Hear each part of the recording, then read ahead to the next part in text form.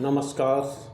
मैं GRS news के लिए गिरीश सिकरवार बहुत दिनों बाद आपके साथ आपके समक्ष पेश होने का मौका मिला है। आज मैं बात करूंगा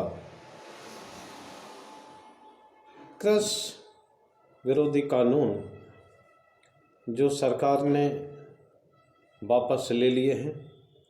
जब से ये कानून सरकार ने वापस लेने की घोषणा की, तब से मीडिया एवं अन्य समाचार माध्यमों में इस तरह दिखाया जा रहा है कि जिस प्रकार अगर किसान को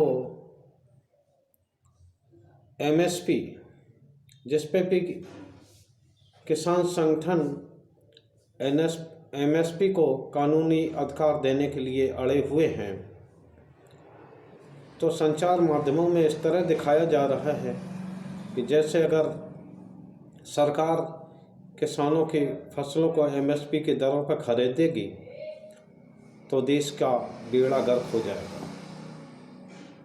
मैं पूछना चाहता हूँ, जिस समय कोरोना काल आया उस समय जितना भी अर्थ जगत था, चाहे वो सेवा का क्षेत्र हो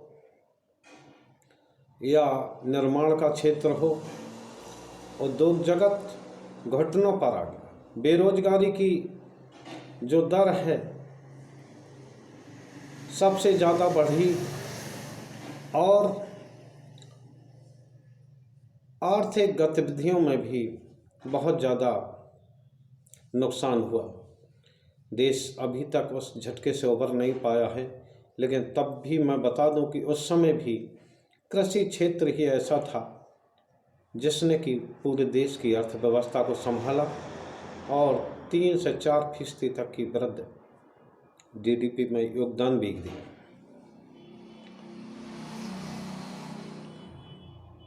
रही बात MSP की, तो MSP पे खरीद होने के लिए मैं आज तक ये नहीं समझ पाया हूँ कि कौन सा उद्योग जगत हो या कोई व्यापारिक संगठन हो, कौन सी चीज़ ऐसी है जो घाटे में बेची जाती है। केवल किसान की फसलें ही ऐसी हैं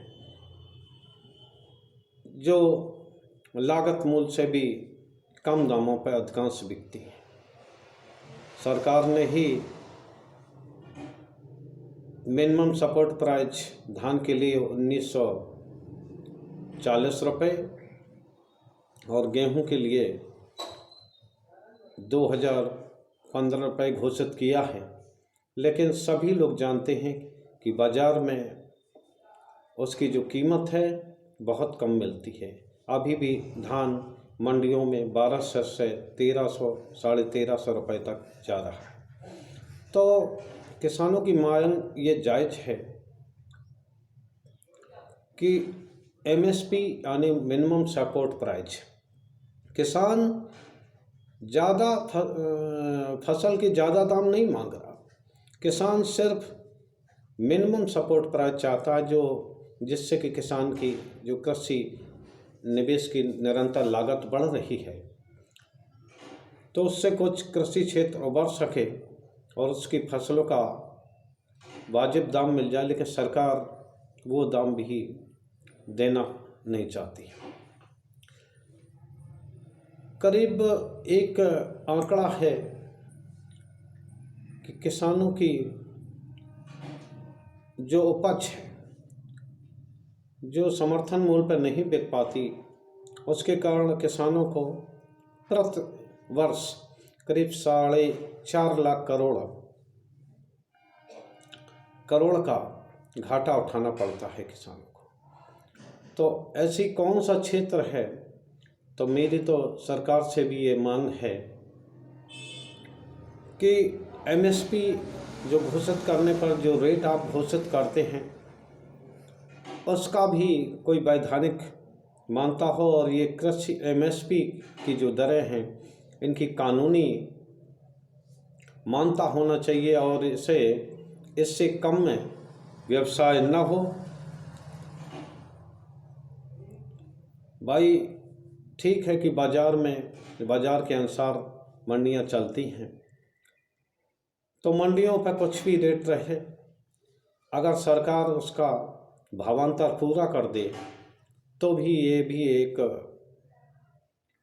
दूसरा कदम हो सकता है भावांतर, जिसको कि मंडियां अपने दरों पर खरीदें बाज़ार के अनुसार और सरकार उसको पूरा करे। जिस प्रकार सरकार ने उद्योग जगत के लिए फिक्की या अन्य तरह के तमाम व्यापारिक संगठन बना रखे हैं, बजट के दौरान सरकार उद्योग जगत से बात करने के लिए इन संगठनों का से ही बातचीत करती है और बजट के संबंध में राय लेती है। तो मेरी ये भी मांग है, किसी प्रकार किसानों का भी एक संगठन बनना चाहिए जिसकी विधिवत वैधानिक मान्यता हो, जिसमें किसान संगठन शामिल हों और बजट के दौरान उनकी भी राय ली जाए। और एमएसपी की जो दरें हैं चुनने के लिए इसका भी कुछ सरकार ऐसा सिस्टम बनाए कि जिस प्रकार कृषि निवेश महंगे होते जाएं, उस प्रकार दरों को भी हर वर्ष बढ़ाया जाए। जय हिंद।